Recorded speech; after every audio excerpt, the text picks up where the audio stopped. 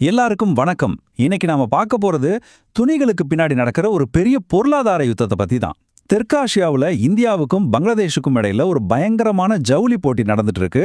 இது லட்சக்கணக்கான வேலைகளையும் பில்லியன் கணக்கான டாலர் வர்த்தகத்தையும் முடிவு பண்ண போகுது. வாங்க இதுக்குள்ள என்ன இருக்குன்னு நம்ம டீட்டெயிலா பார்க்கலாம். சரி, நாம இந்த கதைய பங்களாதேஷ்ல இருந்து ஆரம்பிக்கலாம். ஒரு காலத்துல உலகத்தோட கார்மெண்ட் தயாரிப்புல அவங்கள அசைக்கவே முடியாதுன்னு நினைச்சாங்க. H&M, ஜாரா மாதிரி பெரிய பிராண்டுகளோட துணிகள் எல்லாமே அங்க தான் தயாராகுது. ஆனா திடீர்னு அங்க இருக்கிற ஃபேக்டரிகள் எல்லாம் மூடப்படுற நிலைமைக்கு வந்திருக்கு.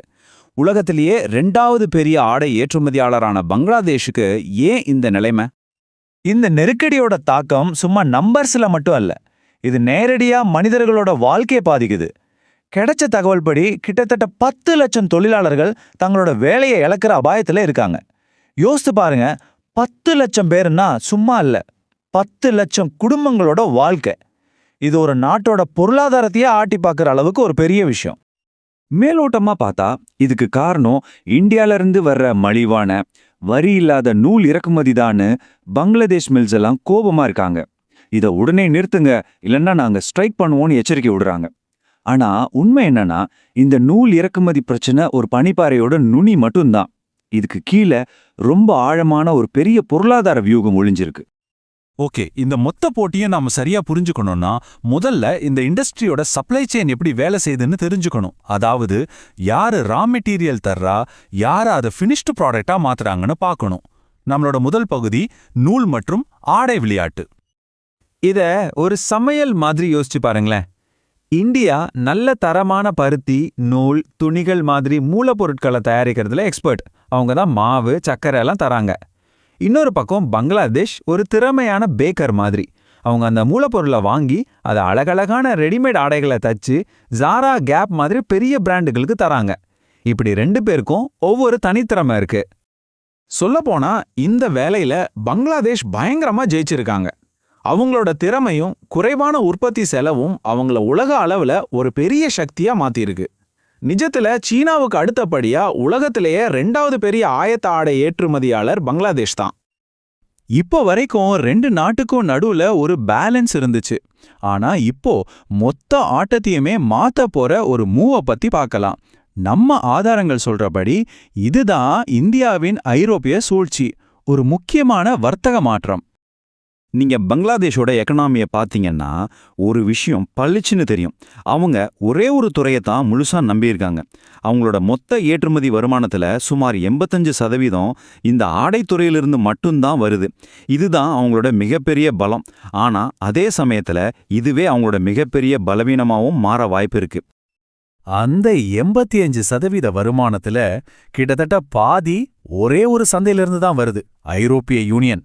அதோட மதிப்பு $19.3 பில்லியன். பல வருஷமா ஒரு special duty free trade deal மூலமா இது பங்களாதேஷோட பாதுகாப்பான கோட்டை மாதிரி இருந்துச்சு. ஆனா இப்போ அந்த கோட்டையோட சுவர்கள் உடைய போகுது. ஏன்னா இந்தியாவும் ஐரோப்பிய யூனியன் கூட தனியா ஒரு ஃப்ரீ ட்ரேட் அக்ரிமெண்ட்ல கையெழுத்து போட்டிருக்கு. இதுதான் இப்போ கேம் சேஞ்சர். இந்த ஒப்பந்தம் ஏன் பங்களாதேஷுக்கு ஒரு பெரிய ஆபத்துன்னு சிம்பிளா சொல்றேன். இது வரைக்கும் பங்களாதேஷ் யூரோப்புக்கு வரி இல்லாம எக்ஸ்போர்ட் பண்ணிட்டு இருந்தாங்க. ஆனா இந்தியா பண்ணா 9.6% டாக்ஸ் கட்டணும். இந்த வரி தான் பங்களாதேஷ்க்கு பெரிய அட்வான்டேஜா இருந்துச்சு. ஆனா இந்த புது ஃப்ரீ ட்ரேட் அக்ரிமெண்ட் அந்த வரியை 0 ஆக்கிடுச்சு. இப்போ இந்தியாவும் பங்களாதேஷ் மாதிரியே நேரடியா யூரோப்புக்கு வரி இல்லாம விற்க முடியும். இது பங்களாதேஷோட பொருளாதாரத்துக்கே விடப்பட்ட ஒரு நேரடி சவால். பாருங்க, இந்த ஐரோப்பிய யூனியன் ஒப்பந்தம் ஏதோ தனியா நடந்த ஒரு விஷயம் இல்ல, இது ஒரு பெரிய பிளானோட ஒரு பகுதி தானு ஆதாரங்கள் சொல்லுது. அடுத்ததா பங்களாதேஷ் மேல வேற என்ன மாதிரியான அழுத்தங்கள் கொடுக்கப்படுதுன்னு பார்க்கலாம். நம்மளோட 3வது பகுதி, இது ஒரு பலமுனை அழுத்த உத்தியாம். இங்க பாருங்க, இது ஒரு மல்டி ஃப்ரண்ட் அப்ரோச் மாதிரி தெரியுது. ஒன்னு, தரைவழி துறைமுகங்கள் மேல கட்டுப்பாடுகள்.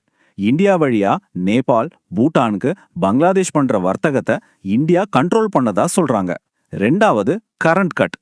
பேமெண்ட் பிரச்சனையை காரணம் காட்டி இந்தியாவிலேருந்து பங்களாதேஷுக்கு போற கரண்ட்டை நிறுத்தினதா செய்திகள் வந்துச்சு. இதனால ஃபேக்டரி ப்ரொடக்ஷன் ரொம்பவே பாதிச்சுது. 3வதா, அமெரிக்கா போட்ட 35% வரி. இது பங்களாதேஷோட ஆடைத்துறைக்கு கிடைச்ச இன்னொரு பெரிய அடி. இதெல்லாம் சேர்ந்து அவங்களோட முக்கிய தொழிலை நிறுக்கிற மாதிரி இருக்கு.